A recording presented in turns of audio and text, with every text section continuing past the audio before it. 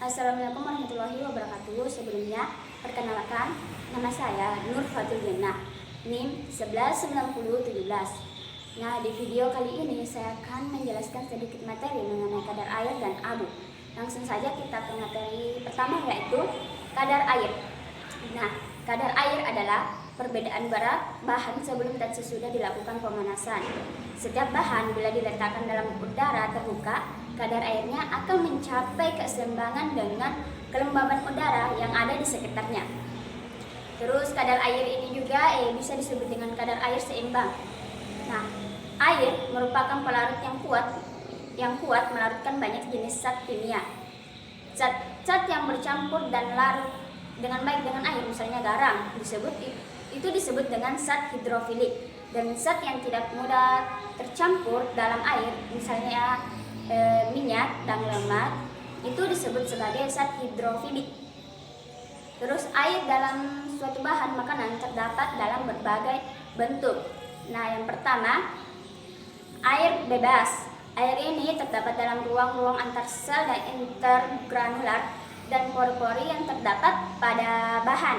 Nah, kedua itu air yang terikat secara lemah. Air ini terabsorpsi pada permukaan kulit makromolekuler seperti protein, pektin fatty, serta selulosa. Nah, yang ketiga itu air dalam keadaan terikat kuat. Air ini membentuk hidrat.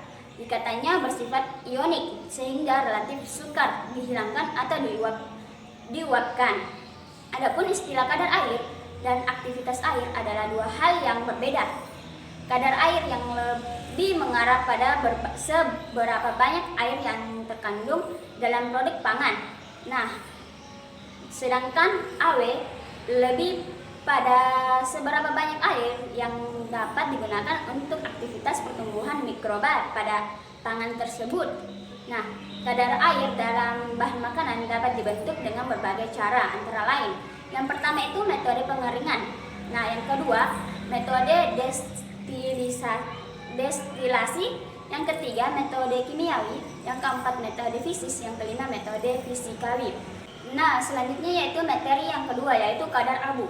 Abu adalah zat anorganik sisa hasil pembakaran suatu bahan pangan. Kandungan abu dan komposisinya tergantung pada macam bahan dan cara pengabuannya. Sebagian besar bahan makanan, yaitu sekitar 96%, terdiri dari bahan organik dan air. Sisanya merupakan bahan anorganik berupa mineral yang disebut dengan abu. Nah, penentuan kadar abu ada hubungannya dengan mineral suatu bahan.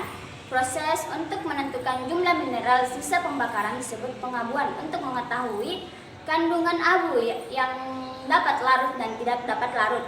Nah, perlu dilakukan tindakan berupa melarutkan sisa pengabuan dalam aquades kemudian disaring. Endapan yang terdapat di kertas saringan merupakan abu yang tidak dapat larut, sedangkan yang ada dalam air merupakan abu yang mudah larut. Nah, adapun metode pengabuan terdiri dari dua cara, yaitu pengabuan basah dan pengabuan kering. Nah, pengabuan kering merupakan tingginya panas dan adanya oksigen dalam menurunkan komponen mineral.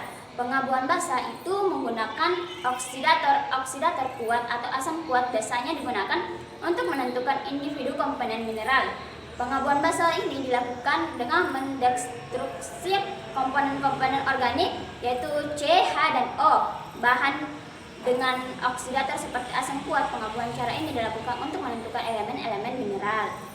Nah, terdapat beberapa faktor yang mempengaruhi kadar abu suatu bahan pangan, yaitu yang pertama cara pengabuan, yaitu yang kedua jenis bahan pangan, yang ketiga suhu, dan empat waktu pada saat pengeringan. Nah, penentuan abu total dilakukan dengan tujuan untuk menentukan baik tidaknya suatu proses pengolahan, mengetahui jenis bahan yang digunakan, serta jadikan parameter nilai gizi dan makanan.